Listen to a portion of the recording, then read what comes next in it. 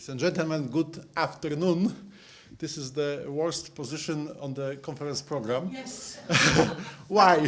Because in Spain or in Italy it's siesta time, but in Hungary and Poland we must work, and it's very hard work. So I am very, very happy that we are with me on this session. Thank you very much, dear Alexandra Welsasza, today. Thanks so much for this nice presentation.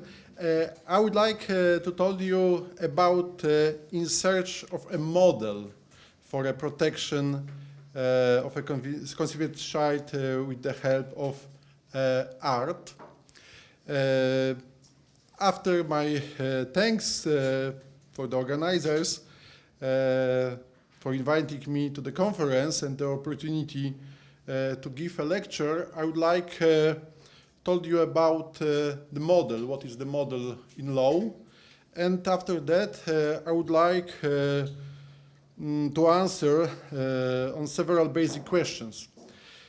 The use of models as a way of learning about reality in legal sciences is of interest to lawyers dealing with various branches of law. It was borrowed, adapted and developed for the needs of legal science in the first place by lawyers dealing with legal theory and jurisprudence.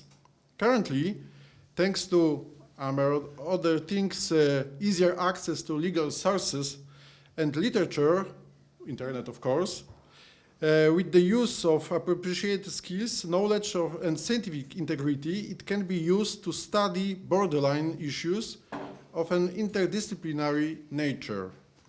The title issue of art, ERT, is one of them, as it takes into account two issues of bioethics, medical science, law, psychology, often also religion, as Marek told us before the lunchtime. The subject of my speech is to answer several basic questions. The first, how are models of art application distinguished? The second, what models of assisted reproductive technology use can be distinguished on the basis of international law and national law on art? Third, is it possible, necessary, and desirable to create a one-size-fits-all model for the use of art? And the last one, which model should be considered optimal from the perspective of the protection of the dignity and rights of the child, and which from the perspective of adults? Question number one. The models of application of art have been distinguished on the basis of international law of a universal and regional nature and the laws of individual countries.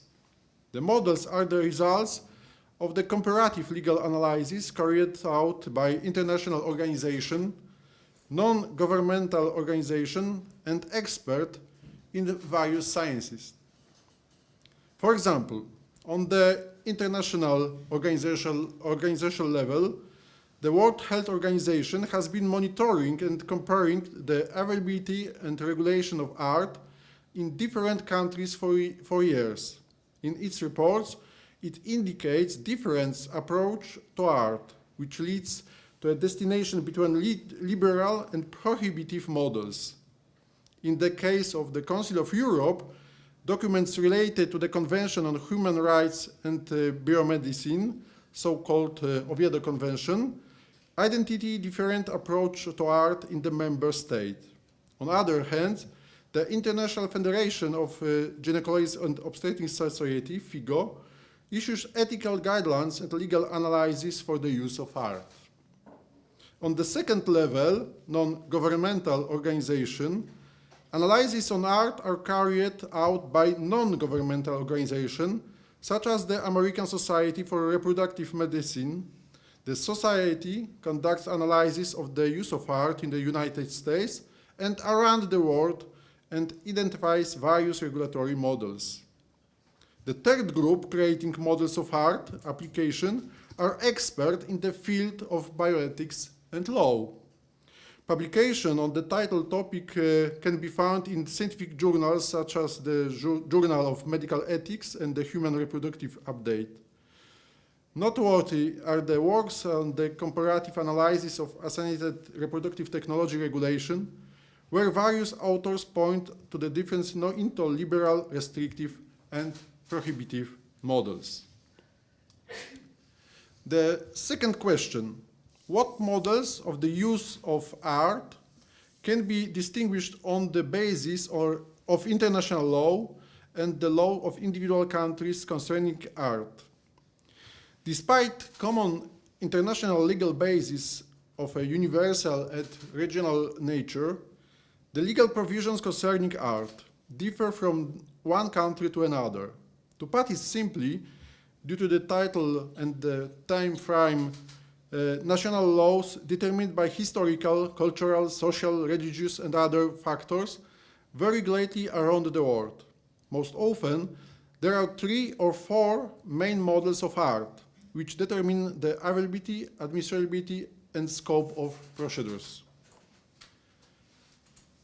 The liberal model, it is based on legal provisions that provide wide access to art with minimal restriction on eligible groups, methods of use, and protection of embryos. The legal regulation in the countries applying this model, for example, Australia, Belgium, Spain, Canada, the Netherlands, the United States, differ in details, but have several common features. Wide accessibility for various social groups. Art techniques are available for heterosexual couples, singles, and same-sex couples. Various art methods are allowed: in vitro, gametes and embryo donation, pre-implantation genetic diagnostic, as well as surrogacy. Less regulation of embryo protection. It is possible to create more embryos and select them for medical or other purpose. In some systems, the right of the child to know his biological parents. And the last, legality of surrogacy. Surrogacy is legal as well regulated. The second model is restrictive model or moderately restrictive. In various models of art application system, restrictive systems are treated as one model, while in some models as restrictive model and the moderately restrictive model are distinguished. Due to the great similarities with considerable differences, I will present them as one model, which includes, on the one hand, the legal system of countries such as, for example, France, Germany, Italy, Switzerland. This is the moderately restrictive model. And on the other hand, more restrictive ones of countries such as Ireland, Costa Rica, Malta, Poland. This is the restrictive model. This model is based on a balance between access to art and the protection of ethical, religious, and social values. Laws in these countries focus on restricting access to art only to selected group, for example, heterosexual couples, and on protecting embryos and prohibiting the commercialization of procedures. This model seeks to reconcile innovative medical technologies with traditional values. So it's something like a balance.